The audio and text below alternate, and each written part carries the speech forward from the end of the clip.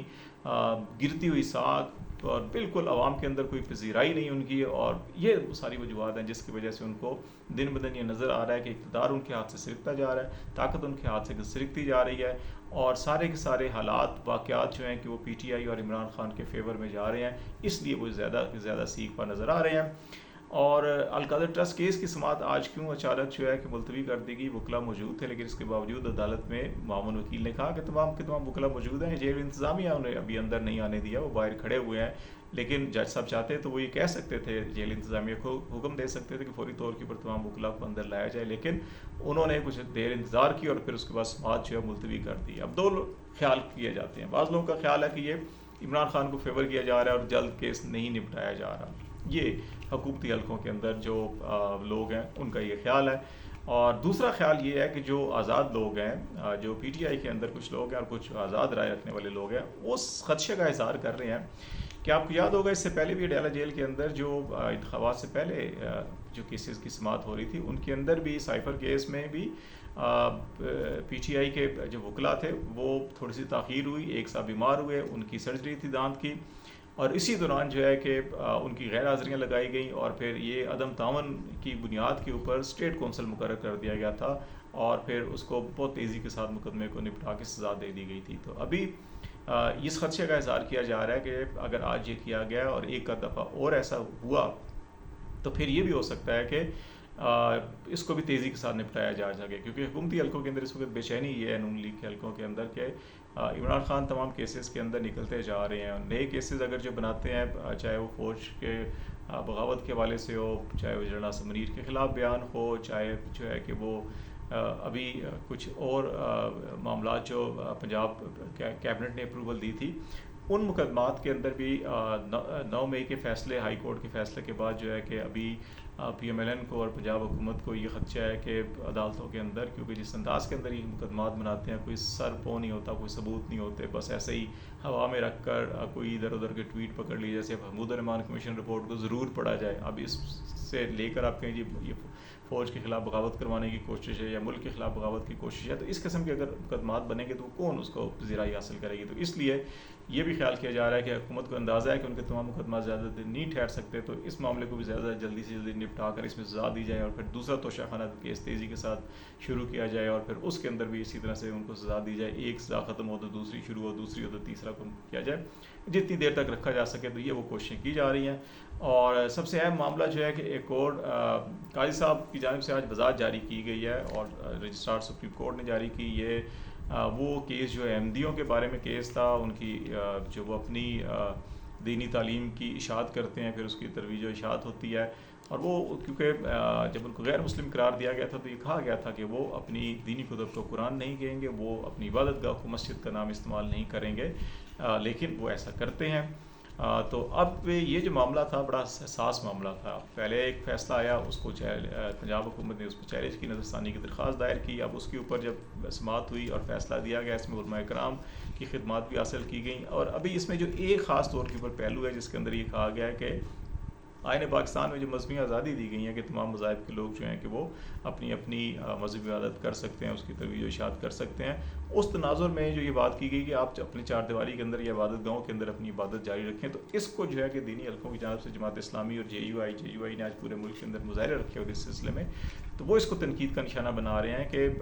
جو قادیانی ہیں کیونکہ وہ نام مسلم استعمال کرتے ہیں، اپنی کتاب کو قرآن کہتے ہیں، اگرچہ وہ نہیں ہے، تو اس تناظر کے اندر ان کو یہ گھر کے اندر یا چار دیواری کے اندر بھی اس کی اجازت نہیں ہونی چاہیے۔ تو یہ وہ نقطہ اختلاف کا جس کے اوپر یہ باتیں ہوئی، اور اس کے اوپر جو ہے کہ سپریم کورٹ آف پاکستان کی جانب سے آج وضاحت جاری کی گئی۔ فیصلے عموماً اس قسم کے معاملات کے اندر ایسے ہونے چاہیے کہ بار بار وضاحت نہ دینی پڑے۔ قاضی صاحب اس سے پہلے بھی انتخابی نشان بلے کے حوالے سے بھی فیصلہ ایک دیا، اور ابھی تک اس کے اوپر ہر فورم کے اوپر جو ہے کہ وہ کبھی خط لکھتے ہیں، کبھی وضاحت دیتے ہیں، کبھی کوئی کیس کوئی اور ہوتا ہے تو اس کیس میں دوبارہ بلے کا ذکر کرتے ہیں، اور ساری انتخاب پی ٹی آئی کے انتخاب کا ذکر کرتے ہیں اور اس کے اندر وضاحت دیتے ہیں۔ تو اس لیے فیصلے ایسے ہونے چاہیے عدلیہ کے کہ ان کے اندر ججوں کو وضاحت نہ دینی پڑ جائے۔ اور ایک معاملہ جو ہے کہ وہ جماعت اسلامی کا دھرنا بڑے انٹرسٹنگ چیز ہے، جیسے میں نے پہلے کہا کہ بہت سے سوالات اٹھائے جا رہے ہیں، بہت سے اس کے اوپر تحفظات کا اظہار کیا جا رہا ہے، چیئرمین ایشوز ہیں جن کے اوپر کر رہی ہے، لیکن یہ آپ ذہن میں رکھیں کہ چند دن پہلے جو ہے کہ مین اسٹریم میڈیا کے مالکان کو بلایا گیا تھا ایک آف دی ریکارڈ بریفنگ کے اندر، ان کو انسٹرکشنز دی گئیں کہ جناب آپ عمران خان کا بالکل نام نہیں ہونا چاہیے، سیاست بالکل نہیں ہونی چاہیے، Imran Khan P T I جلسے جلوس اس کے اوپر بالکل آپ کوریج مت کریں، آپ گورننس کے اوپر فوکس کریں، آپ نرخوں کو مہنگائی کے اوپر فوکس کریں، آپ پبلک ایشوز کے اوپر فوکس کریں، اور وہ اگر اس کے اوپر کوئی مظاہرہ ہوتا ہے، کوئی جلسہ ہوتا ہے، جلوس ہوتا ہے، تو اس کو آپ زیادہ سے زیادہ کوریج دیں۔ تو اگر اس بریفنگ کو ذہن میں رکھا جائے تو پھر یہ لگتا ہے کہ شاید کہیں نہ کہیں ہلکی پھلکی تھپکی دی گئی ہے، اور حکومت بھی بڑی نرم سی ہے، کنٹینر لگائے گئے، اسلام آباد منڈی آج سارا دن بند تھا، لیکن اس کے باوجود جماعت اسلامی جو ہے کہ جو اس کی منزل مقصود ہے وہاں تک پہنچ چکی ہے، لوگ ان کے گٹھے ہیں، کوئی شیلنگ نہیں ہوئی، کوئی لاٹھی چارج نہیں ہوا، کوئی مقدمہ درج نہیں ہوا، کوئی دہشت گردی کا مقدمہ درج نہیں ہوا۔ تو اب دیکھتے ہیں کہ جیسے معاملات آگے بڑھیں گے تو مزید چیزیں کھل کے سامنے آئیں گی کہ یہ دھرنا جینولی عوام کا درد لے کر آیا ہے، یا یہ ایک متبادل اپوزیشن کریٹ کرنے کی کوشش کی جا رہی ہے کہ عمران خان نے جو پورے پاکستان کے اندر اسپیس سیاسی جو ہے وہ گھیر لیا اکیلے، اس کو جو ہے تقسیم کرنے کے لیے کوئی ایک کاؤنٹر نیریٹو یا کاؤنٹر اپوزیشن جو ہے کہ وہ بھی تیار کی جائے۔ تو لیٹس سی، دیکھتے ہیں کیا ڈیولپمنٹ ہوتی ہے۔ آج تک اتنا ہی۔ خالد جمیل کو اجازت دیجیے، اللہ حافظ۔